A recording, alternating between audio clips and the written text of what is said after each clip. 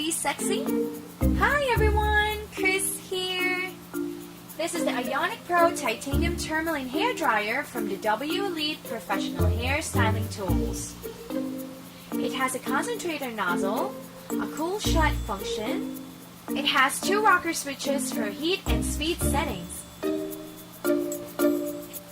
I like to start off with my hair 75% dry and blow dry it as usual.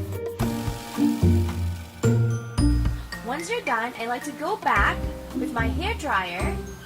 This time I'd like to incorporate more heat so I can curl my hair using my 2 fingers and pin it down with a bobby pin. Repeat the same steps for the rest of the hair. Pin it down with a bobby pin.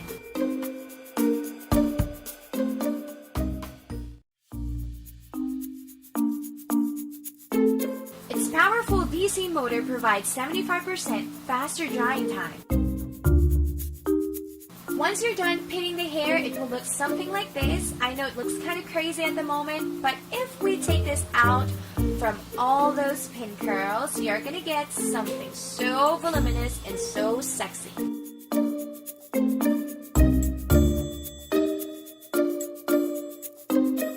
And there you go! Look at that!